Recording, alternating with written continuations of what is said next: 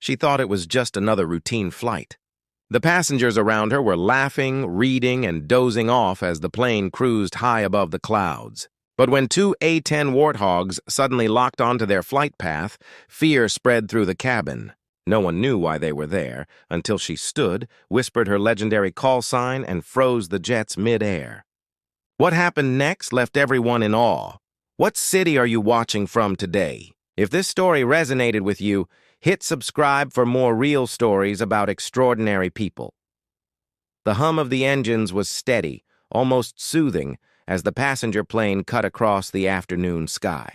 Inside, travelers relaxed into their seats, businessmen typing away on laptops, families flipping through in-flight magazines, children giggling at cartoons on small screens.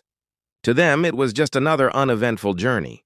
To her, it was supposed to be the same. A simple routine flight. She sat quietly by the window in row 17, a book resting unopened in her lap. She watched the clouds drift by, white and endless, but her mind wasn't really on the view. It never was. Years of service, missions carved into her memory like scars on stone, had left her with a restlessness that even the skies could not calm. The first hint that something was wrong came as a flicker in the corner of her eye. A shadow cutting across the sunlight. At first, she thought it was another commercial aircraft passing by at a distance. But then came the second shadow, then a third. The low murmur of conversation around her faded into uneasy silence as passengers began to press their faces against the windows. Two A-10 Warthogs, unmistakable, with their shark-like noses and brutal silhouettes, had appeared outside.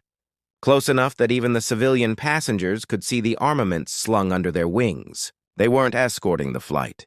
They were circling it. Fear spread through the cabin like fire in dry grass. Whispers turned to panicked questions. Why are they here? Are we in danger? What's happening?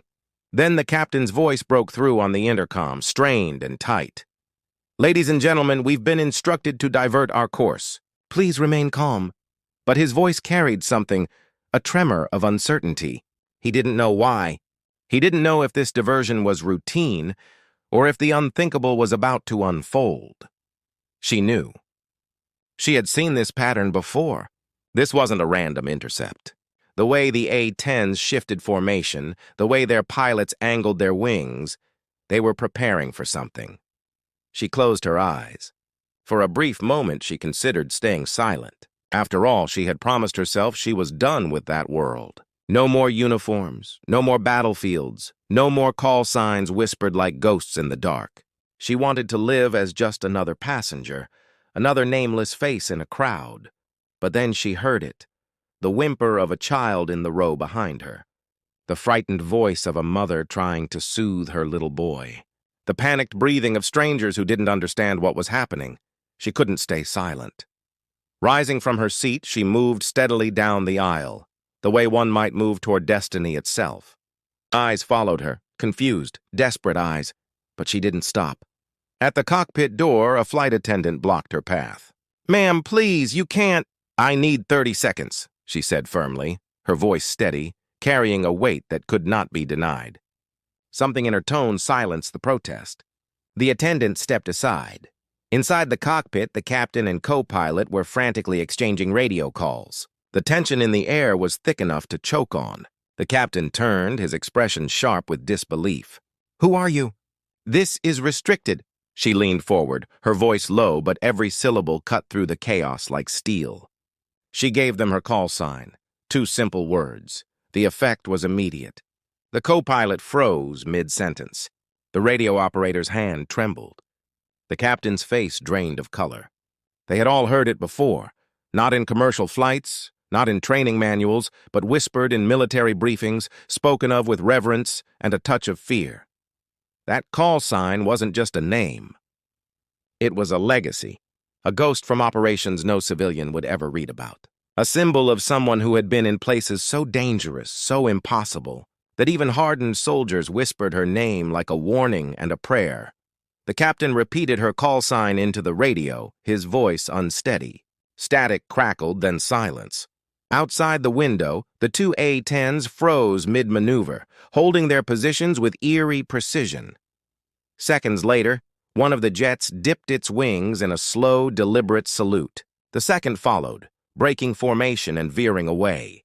Then, as suddenly as they had appeared, both A-10s peeled off into the horizon, leaving only contrails behind.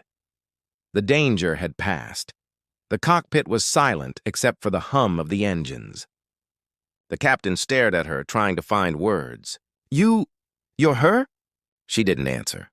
She simply looked out the windshield, watching the shrinking specks of the departing jets. Then, without ceremony, she turned and walked back to her seat. The passengers stared as she passed, their fear slowly replaced by awe. No one dared to ask questions. No one even spoke. She sat down again by the window, the same quiet posture as before, as though nothing had happened. She picked up her book, though she didn't open it. Her eyes remained on the clouds. To the world, she was just another traveler on a routine flight. But the skies knew her. The warriors above the clouds remembered her. And in that moment, so did everyone on board. Thanks for being here till the end. If this story moved you, give it a like, subscribe for more real moments, and share your thoughts. I read every comment.